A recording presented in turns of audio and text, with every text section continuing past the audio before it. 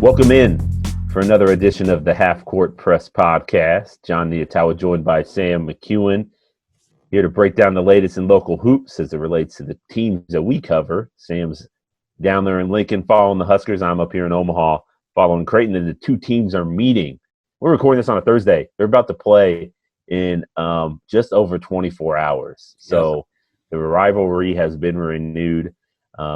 Despite the pandemic, these two teams are going to go at it. We'll talk about that matchup, that game in a second, but I wanted to look back because Creighton's coming off a loss to Kansas and Nebraska's coming off a loss to Georgia Tech. Both teams have some things to work on ahead of a much-anticipated matchup. We'll start with Nebraska. It just happened, Sam. So what did you see? I think one of the things you wrote about was just the defensive breakdowns down the stretch against Georgia Tech. That was pretty obvious and glaring as a reason why that game went the way it did. Was that it? It's a gut punch Thursday, right? I think Nebraska feels pretty down about losing that game.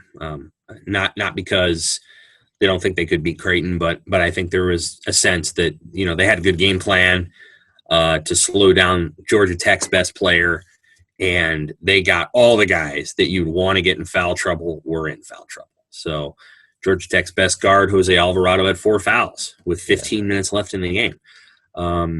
They're one of their best forwards, Michael DeVoe, who tore up Nebraska in the first half, was with 3. I think eventually he got 4. So this was a game that was playing to Nebraska's advantage with 7 minutes left. Nebraska's, basically tied up 2, and they have a lot of the variables in their favor. They're ahead in the rebounding. Kobe Webster's starting to hit threes, and then it goes woof. It's like the complete bottom dropped out. And that's the thing that I think Nebraska fans saw last year, is they play solid for however many minutes. This didn't happen against Creighton last year, but it did happen in a lot of Big Ten games where they would play solid, and then they hit about the 15-minute mark or even the 12-minute mark, and Nebraska's scoring would disappear, and the other team would hit a bunch of threes. And it felt a little deja vu last night, even though this roster is completely different from last year's roster. This felt a little bit like that game. And I think Hoiberg was frustrated. He is Fred is a guy that stays pretty even keel and is always going to project a kind of, confidence and calm. I don't think there's a lot of things that he hasn't seen over the course of his career, both from winning teams and losing teams, because he's experienced a little bit of both when you go back to the NBA and that. So he understands that a lot of what happens on the court comes down to the players and comes down to them, executing the plan. And for so long in that game, Nebraska did exactly what it needed to do. And it's almost like, it's 51-51, and maybe Nebraska thought it should have been up 7 or 8 points, but it wasn't. And then Georgia Tech gets up a couple of baskets, and then that's it. And I think that speaks to sort of an internal underlying confidence that they still need to work on, because it felt like when Georgia Tech hit a couple of threes, one of which was sort of a goofy 3 where Alvarado kind of dekes in like a soccer player and then pulls back out and pops one over lat. Man, that was a gut punch. Nebraska's offense just kind of, as Hoiberg said, separated. And it became sort of a one-on-one, hey, let's just try this, or Teddy's going to try to take over again, and it didn't happen. And I think as a result, the good thing that can come from it is he can say to them, okay, guys, this is what happens when we don't do what we said we were going to do. This is what happens when the plan goes really well for 33 minutes and then it falls apart because you guys tried to do your own thing. And you have to be comfortable with being 51-51 with 7 minutes left. It's not always going to be in a 12-point lead.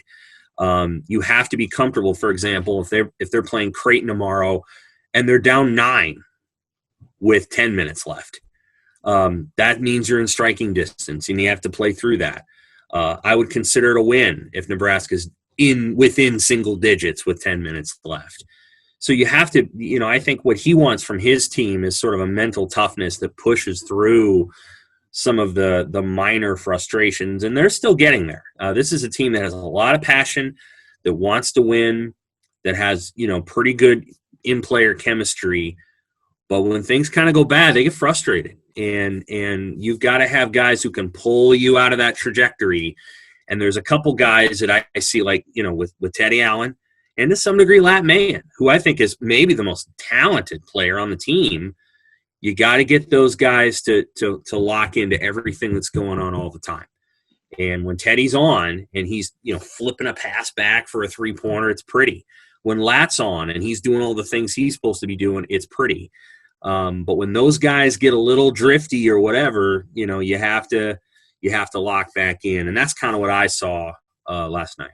One of the things that Creighton struggled with, I thought some of their young guys struggled with a couple of years ago, was separating the emotional impact of not having success offensively from what they need to do defensively, Right. Because you're an offensive-oriented player. You go to a program where you're like, we're going to score. We're playing for this coach who's offensive-minded, and, like, we're going to push tempo, shoot threes, and, like, that's what we're here to do. And when you can't do that, you have to remember, like, well, there's still another side of the game.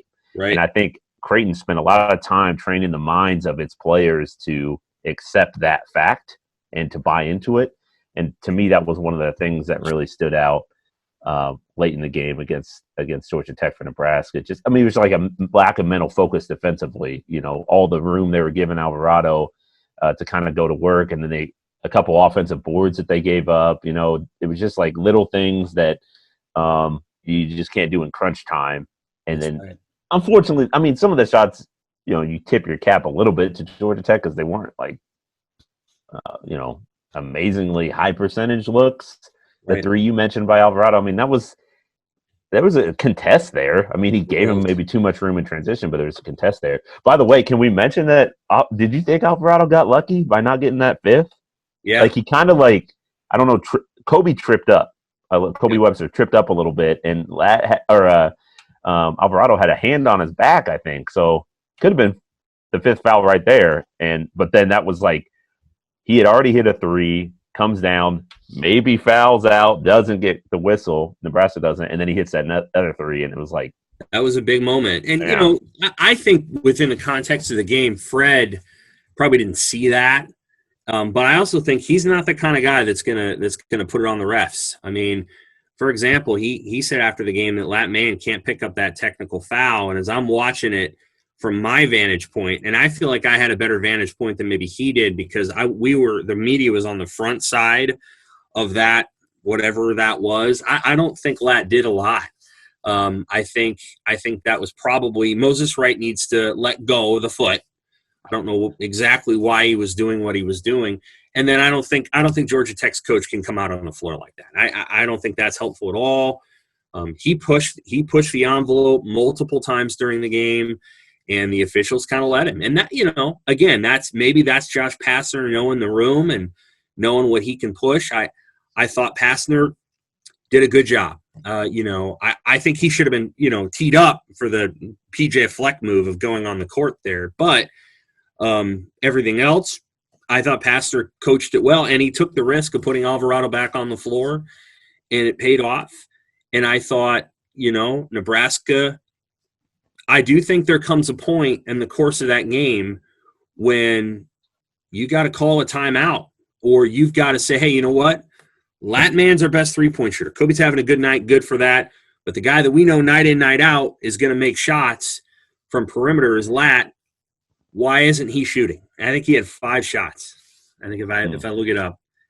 And that was one of the questions I asked after the game of, like, how do you get this guy to shoot the ball? Because he's pretty modest. Like, he just doesn't necessarily want to take the risk, or I'm not sure what the deal is there exactly. But, Lat took 5 shots. And could that be a result against Teddy taking 16, but Lat should not take 5. Is it a result, though, of a scouting report on Lat, just because people know what he wants to do, which is shoot threes, and if you crowd him, he hasn't really shown the ability yet to put the ball on the floor and beat you, or get rid of it, and you can swing it. And that's a great point. Now, I'll give you another example, though. There's 17 seconds left in the first half. It's 32-30, and Fred has him call timeout because Ivan's out on the floor, and he's holding the ball above his head, and he's like, timeout, And they didn't put Lat in. It surprised me. It surprised me that when you have a final possession with 17 seconds left, and they got a turnover, by the way, they don't put Mann back in. Then just have him on the floor, so if he gets an open shot, he shoots it. I think there's just a piece there where they got to make sure that they're always keeping in contact with what he's capable of doing. I agree with you that people kind of know what he'll do. At the same time, Fred said he turned down a couple, and I agree. There was a couple times when Lat had a 6'7" guy on him. Lat could shoot over that. So I think they're still trying to work through the kinks of who's going to get the ball, because you darn well know there's 3 guys on that floor, Banton, Allen, and McGowan's. None of them are afraid. And Kobe Webster really isn't either. So, you got to make sure that one of your most gifted players, and I think Mann really is not only getting the touches, but also is getting prodded to say, hey, man, you're good. We want you to shoot. We want you to be a factor out there. So I think those are the things they have going right now. Those are the things through the first 5 games. And now, of course, they played by far the best team that they've played all along in Creighton. The final was 75-64, Georgia Tech won. We'll switch gears over to Creighton because, as you mentioned, Nebraska is going to face its toughest test. Creighton just got done with its toughest test at Kansas. And honestly, there was that did factor in, like, the elevation of the competition level. I mean, Creighton opened the season with 2 Summit League teams and I don't know, one of the worst teams in D1 and Kennesaw State. It was a drastic difference when they stepped on the floor with Kansas. Just Kansas's athleticism, its quickness. I don't think Kansas is like crazy long, but it has more length than what Creighton has seen, obviously.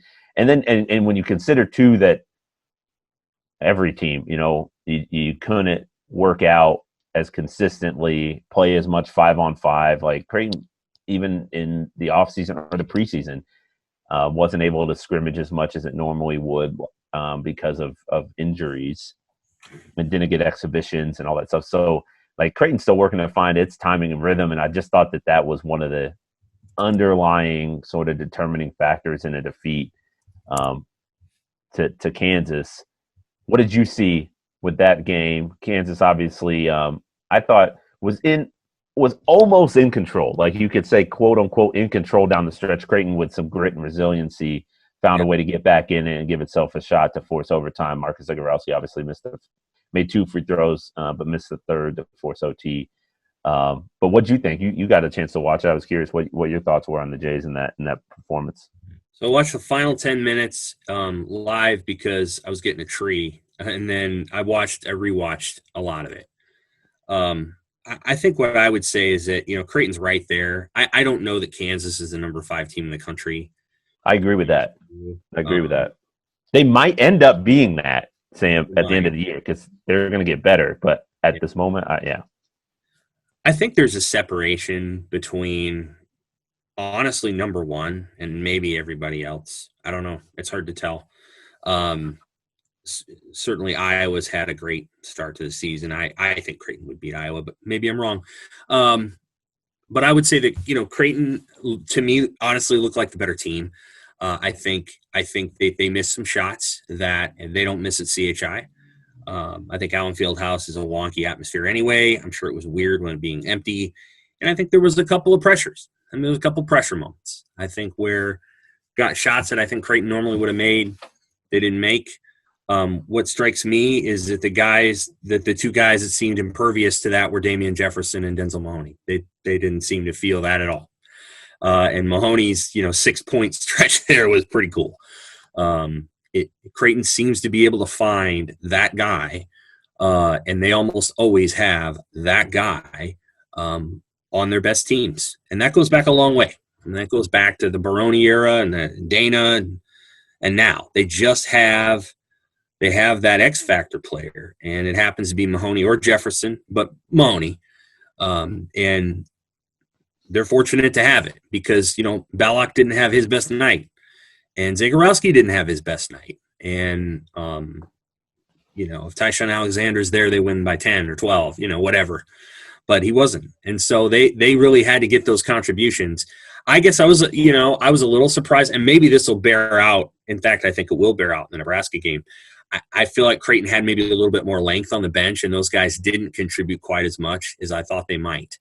That being Kalkbrenner and Epperson. I don't know what Nebraska's going to do with those guys. I just don't know. I mean, Ivan's a good defender, but he's 6'8", so it was an interesting game, and I thought Creighton coached it well. And maybe just missed a few shots. And I thought Kansas played better than they've played all year. I mean, if the Kansas that played Kentucky played Creighton, and Creighton wins. But the Kansas that played Kentucky was not the Kansas that took the floor. And some of that's probably Kansas playing at home versus playing on the road. So it was a really interesting game. It's probably good for Creighton that they play Nebraska now, because they don't have to have that one rattle around in their brain. I think they have enough motivation to beat the crap out of Nebraska that they'll move on from it. But that's a game that could really sting for a while if they were playing a Kennesaw State, because I'm sure they're kicking themselves over missed opportunities and more than just the free throw. Yeah, I mean, there were turnovers. I'm not as concerned with the rebounds they gave up to Kansas. I think Kansas is a pretty good rebounding team despite its size. They just have guys who can go get it. And Creighton's not going to be a great rebounding team this year. They just kind of have to maintain there.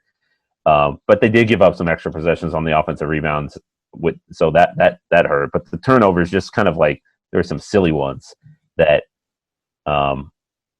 especially down the stretch that obviously proved costly. And you mentioned the shots not going in. And I wonder if that had something to do with the pressure of the moment, or maybe releasing the ball a little bit quicker, going through your motion quicker because you're worried about Kansas closing out quickly and its ability to recover and take away your space. I don't know, but they didn't go in. It's not like Creighton's never seen length before. These guys haven't seen length before or good defenses. They have. The Big East was loaded last year, and they earned a share of the title. So, but they hadn't seen it in a while, and I think that was that was a factor. You mentioned the bench too, Sam. They just weren't great defensively with the bench, with the reserves on the floor. They were really good with their starting five. Defending what Kansas was doing. And they gave up a couple buckets early to McCormick on the post, but Christian Bishop eventually adjusted and figured out how to kind of force him off his spots. Once they got McCormick off his go-to spots, and he kind of beat Christian with a couple angles early, like that Creighton won that matchup as the game went on. And it's just those five they're so well connected. They communicate. They trust each other. Their attention to detail is really impressive. They know what the scouting report says and how to react to it. They're active. Just watching how engaged they are. They move and they're kind of instinctive and they anticipate well. They're handsy. Like they do what they have to do because they don't have a ton of like athleticism or size where they can just go up and block the shot or rip the ball away from you.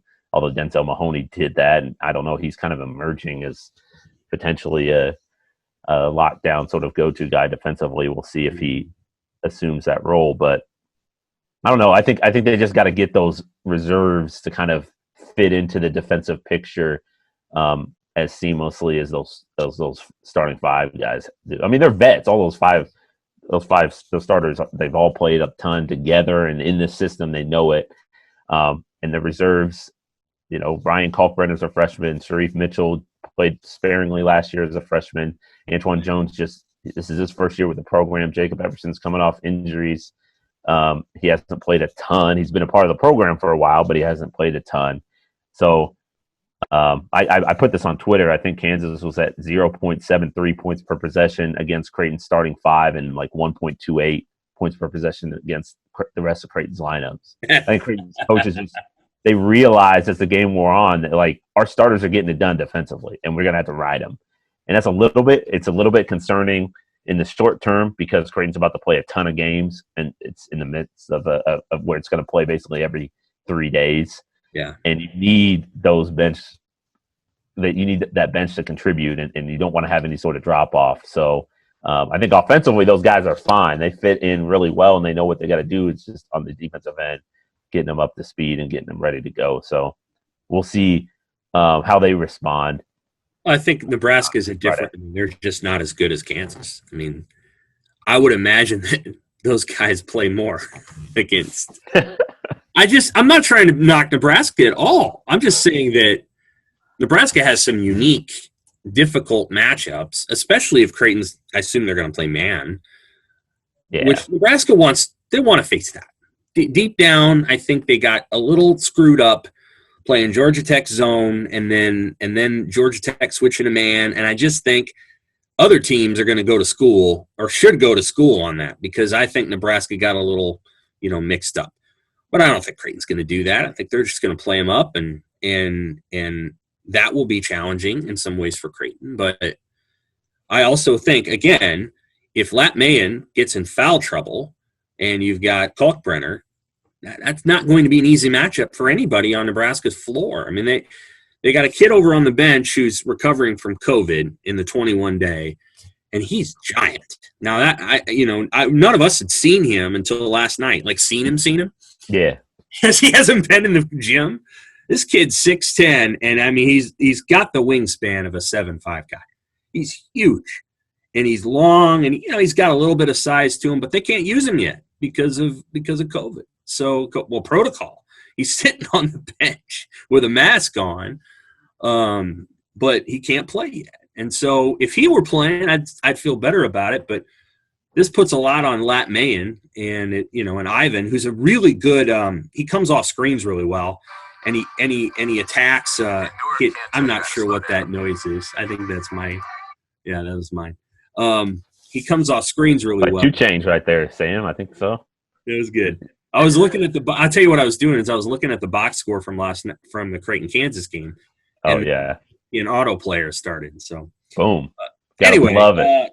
I think Nebraska will have some issues with Creighton's size and side, and then simultaneously that's not Creighton's strength. I mean, their strength is they can hit a bunch of shots, and Zagorowski had an epic game against Nebraska last year. I mean, he hit everything. And so, Nebraska's got a lot of things probably rattling around about how they're going to stop Creighton.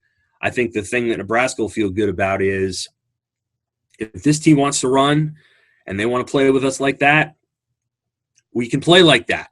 Mm-hmm. And Nebraska's got a point guard that can do some things, and he's unique and he's interesting, and he plays hard and he's smart, and that's not that Cam Mack wasn't a really good player at times last year, but Banton's different in the way that he doesn't have to go through 5 guys to get to the rim. He can get there and shoot over you. So there's some Banton's everywhere, Sam. Like when I watch him play, like he's all over the court. Like he's got a ton of energy, and he plays like he's a 5'10" dude. Just in terms of that, like you think like you think of those 5'10" guys who are just like quick all over the place, and Banton's not super fast, but he's long stride. He has those long strides, so he covers ground fast. He just seems to be all over the court. Mm-hmm. I don't know what they're going to do defensively against him. Maybe that's a Damian Jefferson assignment to try to keep him in front, because you don't want him going downhill against you. Like you said, he can finish in a lot of different ways and create some issues when he gets into the heart of your defense. So how Creighton goes about trying to, I don't know, keep him out of the lane, maybe get the ball out of his hands. Creighton's gone with this hard hedge philosophy on ball screens lately. Christian Bishop's really good at it, extending out and pushing that ball handler back to half court. How Nebraska handled, like I thought Kansas started to find some things against that. Probably didn't do as good of a job as it could have attacking that, but it did attack to the 70. It was tied 70 all, and Kansas whipped the ball around quickly to take advantage of that hard hedge. Got the ball inside and then kicked it out for a wide open 3. Like they beat the hard hedge with that play that ultimately won the game. And so how Nebraska handles that, I'm curious about that piece of it. And specifically Delano Banton. Can you get the ball out of your hands quick? But they have a lot of ball handlers, though. So he's not the only guy they put in ball screens or anything like that. So it'll be interesting. It is because I don't know how many, like, I think there's players you would pair off. Like, I think Trey McGowan's and Antoine Jones are similar in some ways. Maybe Trey's a little better, but similar players. I don't think there's a lot of like comparison pieces to Delano Banton. And I don't think Nebraska has Marcus Zagorowski. I don't think Creighton has Teddy Allen. Allen is a unique player that doesn't fit necessarily into every team, but I think with Nebraska, as the season goes on, they'll know how to use him. Teddy is really good in spurts, and he kind of does a Teddy takeover at the beginning of each second half. He's good in spurts, and then he's got to learn, like, when it's his time, when it's, it's his time to go score 6 or 8 in a row, and then when he needs to not take that shot that he shouldn't take. And he's another guy that's really creative inside. Like, once he gets into the heart of the defense, he kind of feels the defender where he's at and kind of knows he's got a multitude of moves where he can just get the ball up on the rim. Mm-hmm. And a lot of times it goes in. It looks a little bit weird and funky. He's like, huh? You trying to do that? But no, yeah, he was. And I think I'd imagine Denzel Mahoney guards him. And that, to me, I think if you're Creighton, you feel pretty good about that if Denzel Mahoney avoids foul trouble, which is tough because Allen can draw fouls. I think that'll be one of the keys for Creighton is just not fouling Nebraska because Nebraska draws fouls. Yeah, I think that's one of the keys because Creighton usually doesn't defend, is able to defend without fouling. Like, that's kind of been one of their staples, but they got into some foul trouble in the first half against Kansas, and Mahoney picked up his third early in the second half, which was the key sort of turning point of that game. Not turning point, a momentum flipper at that moment. And if he's going to guard Teddy Allen, which I think he has sort of the body type, he's got a 6'11" wingspan, he's strong, Teddy's got strength. Like, it just feels like that's a perfect matchup for those two to be guarding one another, or at least him guarding Allen on that end. He's just got to avoid foul trouble, and that's not easy. So we'll see. Nebraska has to be able to answer. What do you think? What did you say? Nebraska has to be ready to go right away because Creighton can rush anybody, and especially at home. Creighton is this is a bigger picture issue, but Creighton at home, especially when they have a full crowd, it's just a different beast than Creighton at Allen Fieldhouse. And I think for example, if Kansas had to play Creighton on Creighton's court, I think Creighton wins. They're just a different program at home. I think they're a hard team to beat, and they beat elite teams at home. And I think that's something they're still looking to do away from their court. When they get in the NCAA tournament, they don't seem to play quite as well. And when they're playing elite teams on the road, it just doesn't feel the same as when they're in CHI. They started to flip it last year. They did. They beat Nova and Seton Hall on the road. Those were two big wins, but they also had duds where they didn't even shell themselves. Playing at and just get off the floor, and at St. John's just run off the floor. Like, here's that team where just like hit 23s against Butler a week ago. So I get what you're saying. But when Creighton's at home and this game is at Creighton, you have to be ready for Nebraska's energy has to be way up to start the game. And they have to attack, and they have to play like elite defense, which at times against Georgia Tech they did. First 4 minutes of the second half they did. They have to play elite defense, and they have to be prepared for – and this is the thing that Hoiberg's talking about. You can do everything right, and Creighton can hit 3 trios in a row. There's nothing you can do. Like, you can do everything right, and, somebody hits a 30-footer. It just can't. So you have to understand that that's going to happen at this level of basketball, and it's going to happen in the Big Ten, and you have to brush it off and say, all right, we're down 7. Let's, okay, it's life. Let's not get down 17. And so I think that's, for Nebraska, that's the key, is coming out fast, matching Creighton's energy, maybe even committing a hard foul or two, and setting a physical tone so that it isn't 27-7 after 7 minutes, which is what it was last year. And Nebraska had no idea how to play that game last year. I watched it on TV. I wasn't there in person, but It's like you don't really get it. And I think this group will get it a lot better, but that's the challenge when Nebraska has to be able to match that intensity right off the bat.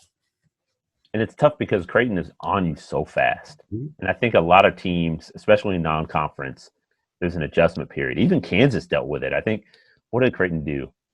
Scored on 7 of its first 10 possessions or something like that. Yeah, they controlled it early, yeah. Because they were on them. Like, Kansas was just like, whoa, hold on. We just started this game. Like, ease up. But Creighton pedal to the floor right from tip. And a lot of times it can jump on teams and change sort of like all of a sudden you're feeling a little, you're back on your heels a little bit. Even if the score is 12-8, you're back on. I mean, you credit Kansas for finding a way to get back to sort of reset the game and put it back on its own terms. Creighton missed some shots to allow that, and turn the ball over. But a lot of times teams, even if it doesn't indicate it in the score line, like, you're watching it and you're like, well, a big run is coming.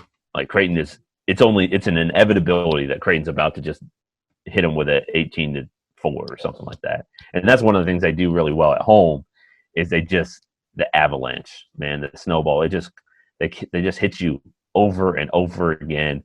And, no crowd. The crowd feeds into that too. It adds the pressure, and you feel like as an opponent that you got to match it, and you start pressing. And that leads to more mistakes and more easy buckets. So I don't know what kind of impact not having the crowd. I think that is an advantage for Nebraska to not have that crowd in there. But Creighton's really comfortable at home, and they have an expectation of how they play and what they can do. So I think, as you said, it's important for Nebraska to be focused and ready to go early. Like, I think it's important for Creighton to get off to a good start and sort of make a statement. Like, yeah, you're a different group of guys in Nebraska. I see that, but it's still Nebraska, and we're Creighton, and we're gonna, put it on you here at home.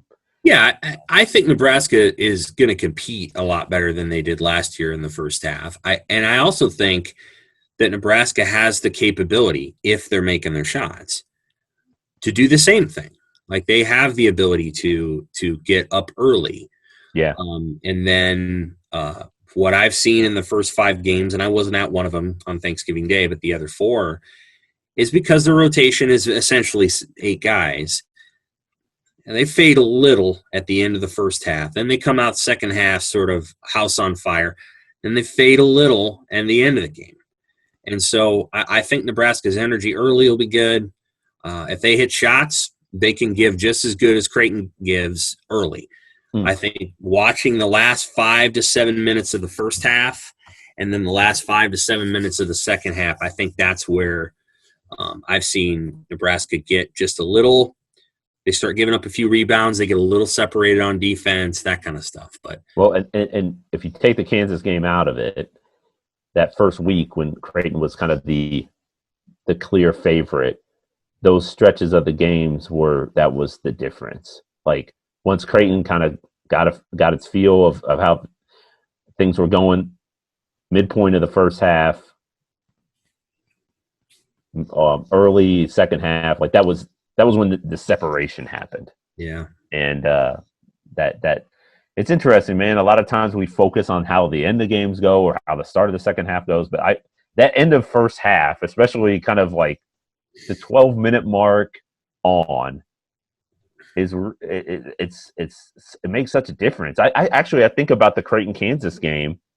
There was a stretch where Kansas missed 7 shots in a row, and Kansas had the lead, and it sort of regained its footing and everything, and missed 7 in a row. And Creighton couldn't take advantage. And I after the game's over, you're thinking about the end, the missed shot, some mistakes down the stretch, missed shots down the stretch, but that little span of time in the first half, how different things could have been if Creighton goes on a 7-0 run or something and suddenly has the lead, right? As opposed to still kind of fighting and finding its rhythm.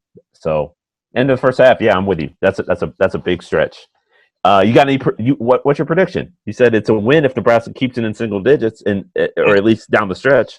Absolutely. Well, I mean, I think it's only fair to say that Creighton is the number 9 team in the country, and they're at home, and they should number 8. number 8.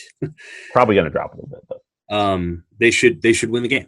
I mean, I'm not saying anything negative toward Nebraska to say they should win. That said, my final thought is this. Nebraska can give as good as they get, and one of these days Nebraska's going to hit some shots, and they're going to hit a lot of shots. I don't know what game that's going to be, but they're going to have a night where some of the stuff that's not going in that could go in does go in. And if that's against Creighton, then it's going to be a really, really interesting game. If it's not, I could see this deal being anywhere from a 9 to 11 point loss to in the 20s. I mean, that's kind of what'll happen if they don't make shots and they get discouraged. Creighton's a very, very good team, and I've watched them a couple times this year, and they're darn good. They're a little thin on the bench, but again, their bench guys I think will have some success in this game. I mean, Kalkbrenner's not going to go for 15, but could he come in and go and score 2 baskets and grab 3 rebounds? Yeah. I think so. Right, they'll try to post him up. The lob game, we haven't talked about that with Creighton. It's ball screen offense. Yeah. I don't know what Nebraska's going to do against that. That's tough. Kansas sunk its big man into the paint and just said, "Look, we're going to take away the lob, and if your ball handler wants to come in and challenge our shot blocker, then go ahead." And had some success, but at least they took away the lob. Right. It's going to be tough to take away that lob. And we didn't talk about Christian Bishop's impact offensively. He's so versatile. He's a good player. He's going to be a mismatch. You're going to be able to talk about Christian Bishop many times on this podcast. Right. Christian is a really good player. Doc said we'll have a good plan, but the problem is you can't take away one guy and beat Creighton. I mean, they got 4. And 2 years ago when Nebraska beat Creighton, it was Balak who went off. I think he hit 7 threes. Last year it was Zagorowski. No, Balak had 7 threes in the loss at Nebraska. Right, 2 years ago. Okay, yeah. He did. So he's really good 2 years ago. Last year Zagorowski went off. This year it could be anybody. So you really can't scheme it to stop one guy. If Nebraska, I think Nebraska will compete much better than they did last year, but it still may end up being a 15 to 20 point loss because Creighton's really good. That's my final thought. Zagorowski is one of those guys to watch because the disappointment. He's been a bounce back player in his career. Had a bad game. The Kansas game, it wasn't a bad game. It just had a bad moment, but that'll sit with him. And he's such a competitor that he, as you said, Sam, having the opportunity to play Nebraska and kind of erase whatever happened on Tuesday from your mind, that is huge for him. And so I'm eager to see how he responds. But yeah, I'm with you. I don't know. I think it's going to be a 14-point game when it ends. Should be Creighton fans who have not watched Nebraska a lot this year will think Nebraska is better because they are. That much I'll say. They're better. They are. I think how much of a margin it is depends on Nebraska's focus. What are you doing defensively, and are you matching up and taking away some of the go-to stuff that Creighton does? Yep. All right, Sam. Fun chat. Always enjoy it. Don't forget to check out all our coverage on Omaha.com. Sam's following the Huskers. And he's got football on his plate, too. So that season's winding down, but there's still plenty to write about. So follow his coverage. And obviously, I got the Creighton stuff for you. The Jays are about to start Big East play after this game against Nebraska. So a lot. I'll see you in the hockey box tomorrow night. All right. We're up high. Bring those binoculars. I have them. All right. You need them. All right. Thanks, man.